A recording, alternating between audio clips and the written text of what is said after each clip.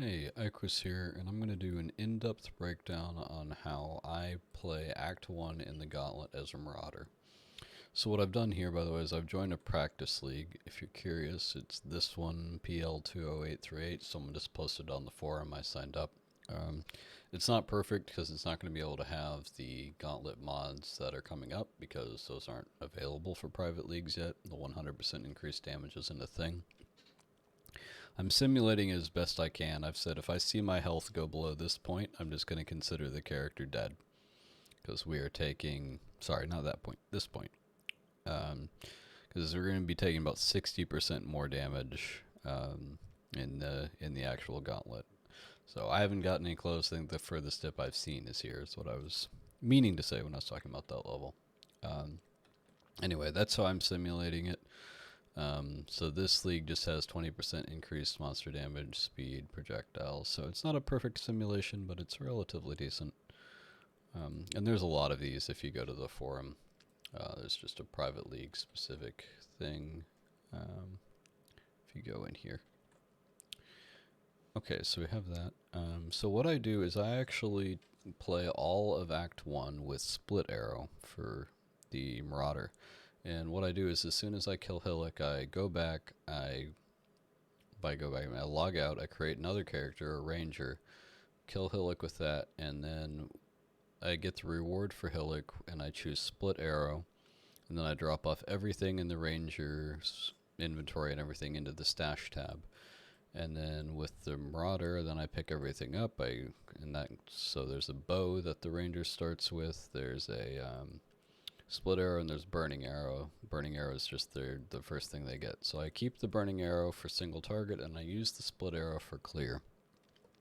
And I sell everything that I'm not going to use. And with the proceeds, I buy an iron ring, or I buy two if there's enough. I think you only have enough for one though. But you can go to Nessa, purchase. Okay, well I'm too far now, but in the beginning there's always an iron ring here. Now there's enough other things she can roll that it's not here. But so then what I do is I go out and with split arrow, I inch my way into the game. So I blind fire into empty space like this, and if I hear something, then I keep firing because I know I've hit something, and if I don't, I take another couple steps and I do it again. And so I sort of inch my way forward. And by the way, I click everything. I click the corpses, I click the chests, I pick up every piece of trash basically until I've gotten to the first waypoint. And then when you sell that, you get your, you just get, the basic scraps, but that'll allow you to buy things like another iron ring, any, semi-decent equipment you might see, and it's worth it at the start. So, okay, we'll say that I've done, like I said, I worked my way through that. You would never ever, obviously I'm well past this now, but I just wanted to sort of zoom through and at least tell you what my general strategy is at this stage in the game. You would never fight the unique in this area, or basically any optional unique monster, that is. So then we get here, and then, sorry, I started recording this earlier and then it messed up, so that's why some of the areas are already pathed to. And then when I get to this area, the Tidal Island, I do the exact same thing. Take a couple steps, fire. Take a couple steps, fire. Take a couple steps, fire. And you'll hear it if it hits something, and just keep shooting. And this is a very safe way to advance through. And so I use this area to level a little bit. I'll level up to usually 3 or 4. You might want to go up to 5 now, I don't know, with the extra damage. And I'm not here to fight Hailrake. In fact, if I see Hailrake, I'll probably leave. I'll just go escape, exit to character selection. Or in my case, I actually have it on a trigger button on my mouse, so I can just click it and I'm logged out, and then I can go back in. That's a perfectly legal thing to have, and I recommend getting it. It also will work to do this, but it's a little bit slower, obviously. I can link that if anyone's not sure about that, but there's lots of just auto hotkey scripts, and all it does is you can assign it to a button, you click it, and it logs you out of the game. And they've already said that's been legal for a long time. Basically everyone in hardcore uses it to some degree. So okay, once you've done that, you've leveled up a little bit at Tidal Island. The next thing you want to buy is another iron ring to increase your damage. Damage is very important in the early stage of the Gauntlet, because it's kill or be killed. You really can't let things get to you.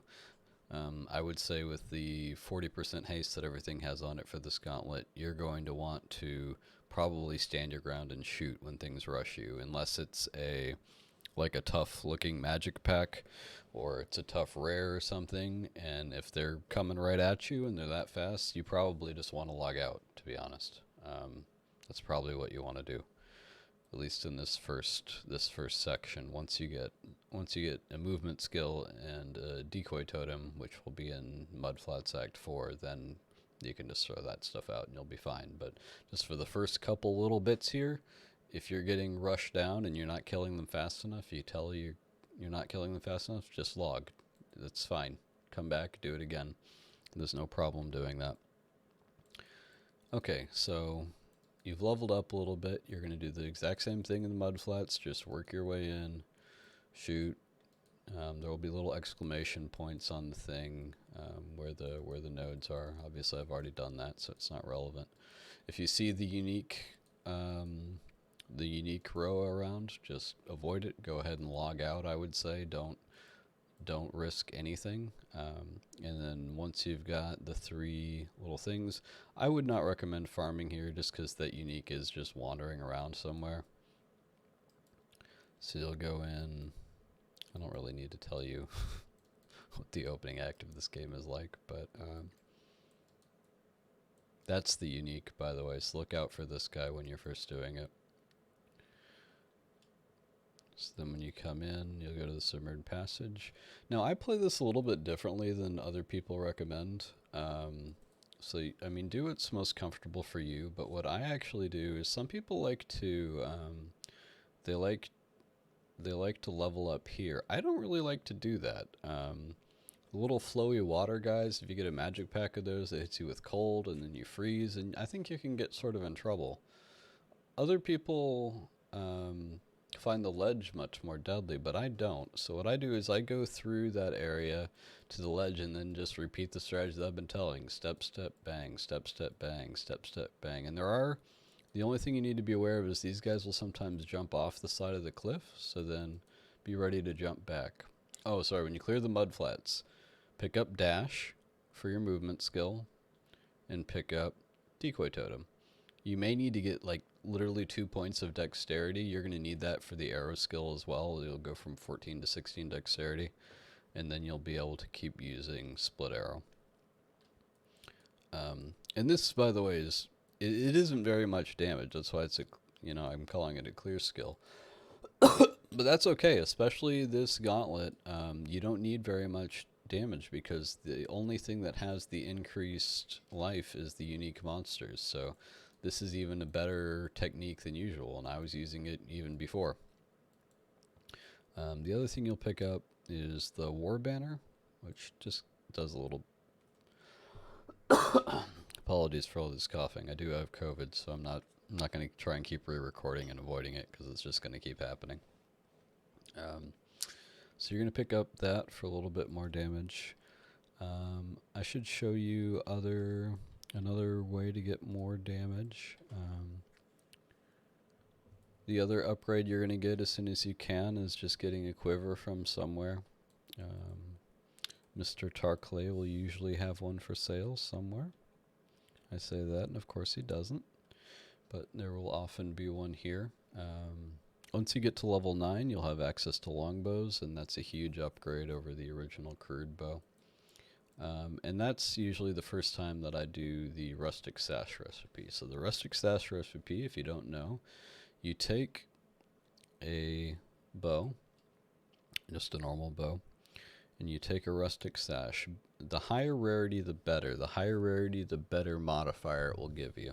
So, for example, we'll take this one here, and we'll take 1 whetstone. And this is a vendor recipe. So if I sell her all these things, she'll offer me in return something with the serrated modifier for physical damage.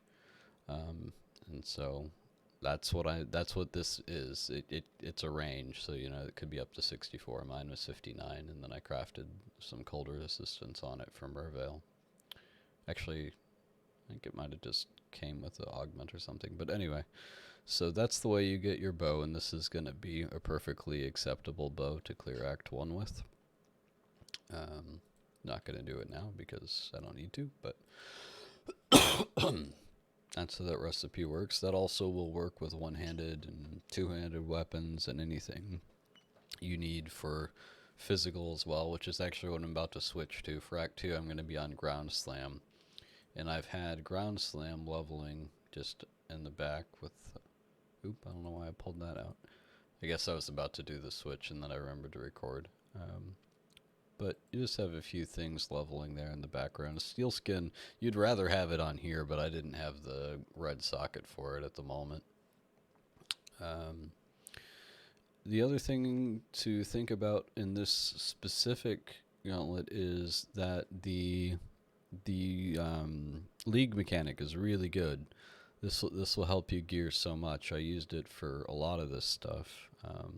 Especially like you see Wanderlust, Locktail, and earlier one of the first ones I got was Bramblejack, which isn't like amazing, but it does add a little bit more damage to the attack, which is good. I wouldn't... Oh, this is something I ought to have mentioned earlier. I don't normally recommend putting on a body armor in the early stages of the first act because they all have a hidden...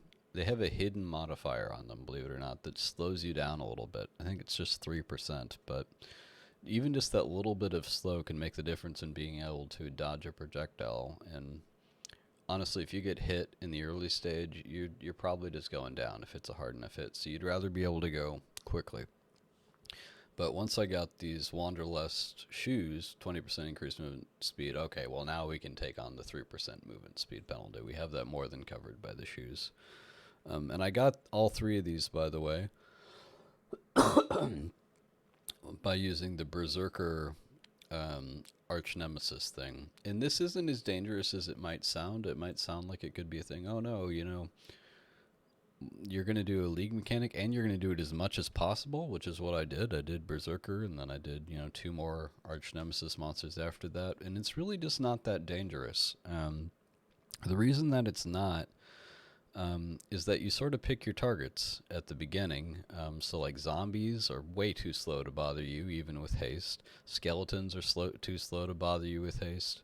And then once you have Decoy Totem and a movement skill, we'll just put up a decoy, let him play with that, and just hit him with Burning Arrow. Just ding, ding, ding, ding, ding. Should be very safe. I was doing as many Arch Nemesis as I was allowed to do in the Gauntlet Practice League in each area, assuming I had the ingredients, and I didn't have any issues whatsoever with that. The only one that I might say not to do, which I tried and then was like, whoa, okay, this guy really is fast, is the ghouls in the lower prison were quite fast. I think I gave one like haste and overcharged, and I was like, whoa, wait a minute. I was able to kill him just throwing out totems and shooting him, but I was like, okay, maybe not in the future on that one, but everything else I wouldn't worry too much about. Oh, you might want to avoid the Roas and the mud flats. Those can do the quick charge and potentially hit you. Okay, so we've gone through this. We just pretty much keep doing what I'm saying. As you go through the climb, you obviously don't stop to fight the arrow guy. There's no reason to fight the optional uniques. You get to the prison. This is the only exception maybe in the prison is there's chatters and he's slow as shit, so you can just ding him with some burning arrows. I kept... in the prison is where I level a lot. This is the first time where I'm really getting over leveled, so... I got to the prison, I think I was like high level 8, low level 9, and then I stayed in the prison literally until I was, I think it was level 14, which is, a lot of over leveling. And the reason is the warden is very dangerous. So you would need to do this really just with the practice leagues mods, but again, I'm treating this like it's going to be the difficult gauntlet that's coming up. So... I stayed there all the way till level 14 till I had, sufficient coverage on gear. And then before I went to fight him, starting at level 12, you get access to your hideout, and then you can craft some things on here. So what I did is I put a life roll on every piece of gear that didn't have one. I don't think the warden does anything other than fizz, so you don't need to worry about resistances for him anymore, because they don't have the physical as lightning, cold, and fire like it used to. But you do want as much life as you can get. And again, you do not want to get hit by the warden, no matter how much life you have. I'm really sorry about this. COVID's fun. But if you get a little bit of incidental hit, you need to be able to survive that, because he's going to have, that 70% increased AoE. You may well get dinged a little bit. I got dinged.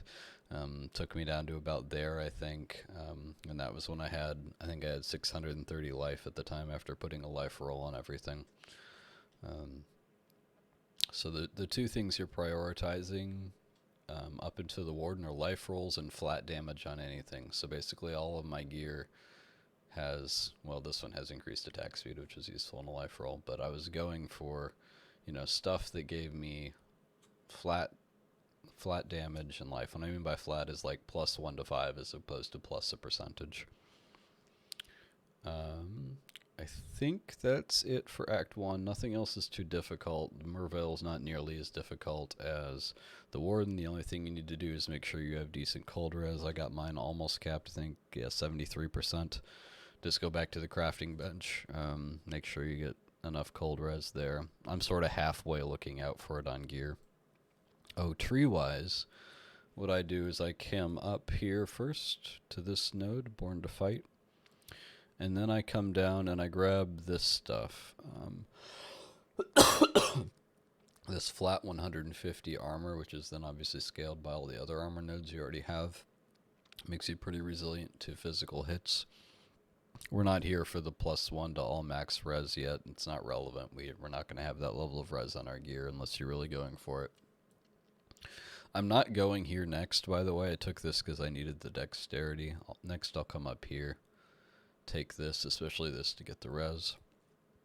This is probably going to be a Wave of Conviction character, by the way, Wave of Conviction Chieftain, but I would take this same tree for most Marauders, unless you're absolutely sure, I'm going to do maybe Bone Shatter Juggernaut or something. They may be pathing up through here right away and getting Butchery and all that. Excuse me, sorry about all the coughing. I'm trying to think if there's anything else in Act 1 that I would say, and I think that's it. I will do another one for Act 2 in a bit.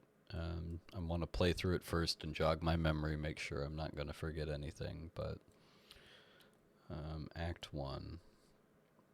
Yeah, that's it. That's the last of the tricky stuff. So, yep, good luck, and I will catch you guys in the next one.